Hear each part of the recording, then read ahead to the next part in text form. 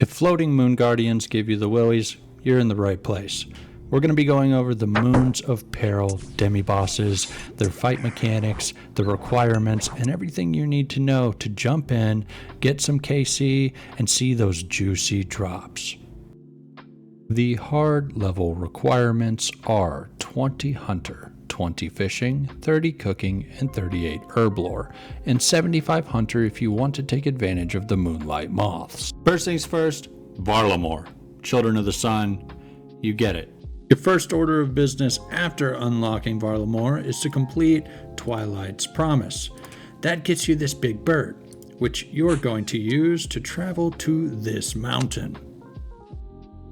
Now, we run around the mountain. We don't try to go over the mountain. Pretty sure the pilgrims did that, and that's why you don't see any pilgrims today. When you get here, next to these nerds are going to be some people arguing about a tomb excavation project. You're going to want to talk to them to complete the Perilous Moons quest. That will actually walk you through the boss fights, walk you through the lore and everything of Camtorum. So you're going to need to complete Perilous Moons to get access to the Moons of Peril. So I don't want this video to serve as a quest guide for Perilous Moons, but it does teach you everything you need to know about Neypotzli, so pay attention. And after the quest, you can actually loot the Lunar chest since you defeated all the bosses as part of the quest, so don't forget to do that. Now for the path that you're going to want to take, I highly recommend starting out in the stream-bound cavern where you can make your potions and make your food, and then start with the Eclipse Moon boss via the south door, which will put you on the rotation of Eclipse Moon, Blue Moon, then Blood Moon, with Streambound Cavern being your first prep room and Earthbound Cavern being your second prep room. The chest is located in the Ancient Shrine room. You don't have to bring any supplies with you to this minigame because everything you need can be found in the caverns. Potions that you're able to make restores prayer and boosts your melee combat, scaling off of your Herblore level. The food similarly heals, scaling off of your gathering levels, with the brim scaling off of your fishing level and the lizard scaling off of your hunter level. After defeating your first moon, you'll be sent to the next cavern where you'll have a chance to make more potions, cook more food, and catch some moths for your prayer restore. Now, after completing your second boss fight, you should end up in the Ancient Prison room where you can restore your run energy and head straight to the Blood Moon fight. One thing to note about the Moons of Peril boss fights is that players can fight the boss together, and the boss will be affecting all of the players in the room at the same time. But you are fighting your own version of the boss. So that 500 HP bar that you see on the screen, you're the only one that can take away from that 500 HP bar for your version of the boss, and vice versa for everyone else in the room.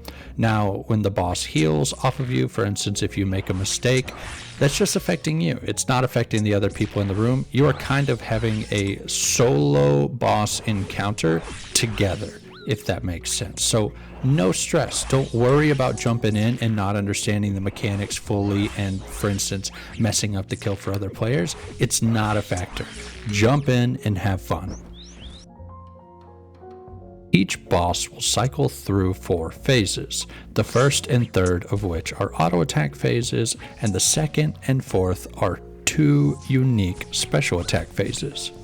Each boss stands in the middle of the room, encircled by icons indicating the phases of the moon. During the auto attack phase, a circle will appear on top of one of these icons, indicating where to stand while attacking the boss. If you're outside of the circle, you will continually take damage, but if you're inside the circle, you will just take damage from the boss's auto attacks. The circle in which you're supposed to stand will stay for a few attack cycles before moving clockwise to the next moon icon. Just move over and continue attacking the boss until it dies or until the next special attack phase. The Eclipse Moon has what are probably the simplest special attack mechanics. The first special attack involves throwing you back a few tiles and spawning a large orb that will move around the boss in the shape of a square. While the orb is moving, the boss will hurl ranged attacks at all of the players in the room, and those that are not behind the orb will take damage from the ranged attacks.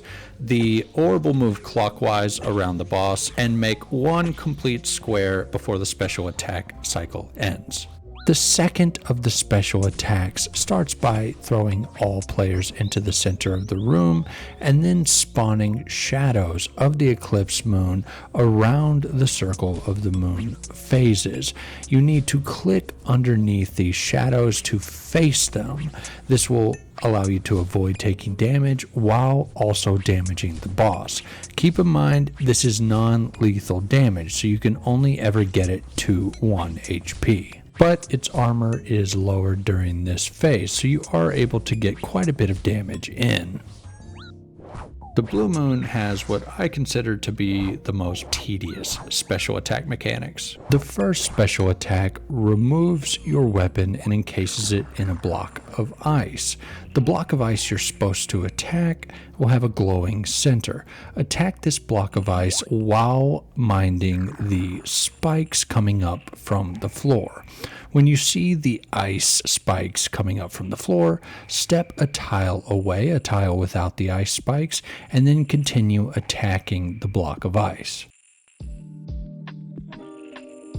The second of the Blue Moon special attacks involves the braziers at each end of the room. It will extinguish them, and you need to run over, lighting each one while avoiding the tornadoes that will be flying around the room. If the tornadoes hit you, no big deal. It will just damage you a little bit and turn your run off, so you'll have to turn that back on or just use control click after it gets turned off. It's really not that big of a deal. The Blood Moon special attacks are the most fun, in my opinion. The first of the Blood Moon special attacks involves throwing each player to a random spot in the room and raining blood.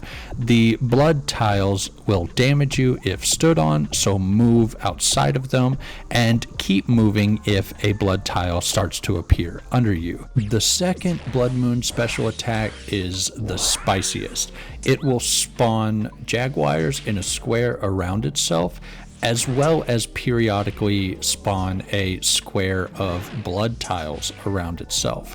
One of the jaguars will be your jaguar that you're supposed to attack. It'll be designated by the same circle that appears on the moon phases on the floor.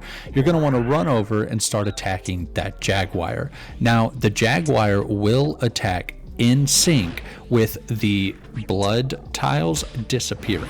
So it's going to make a noise. At the end of that noise, click on one of the blood tiles, dodging the jaguar's attack and preventing the boss from healing. Then just click back onto the jaguar to continue attacking it.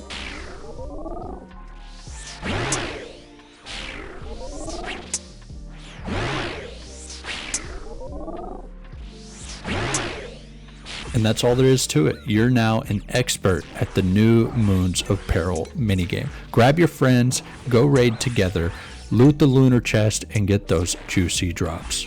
If you learned something from this video, or if it helps you approach the Moons of Peril, don't forget to leave a like. It really does help the video, it really does help the channel, and subscribe for more content and more guides like this.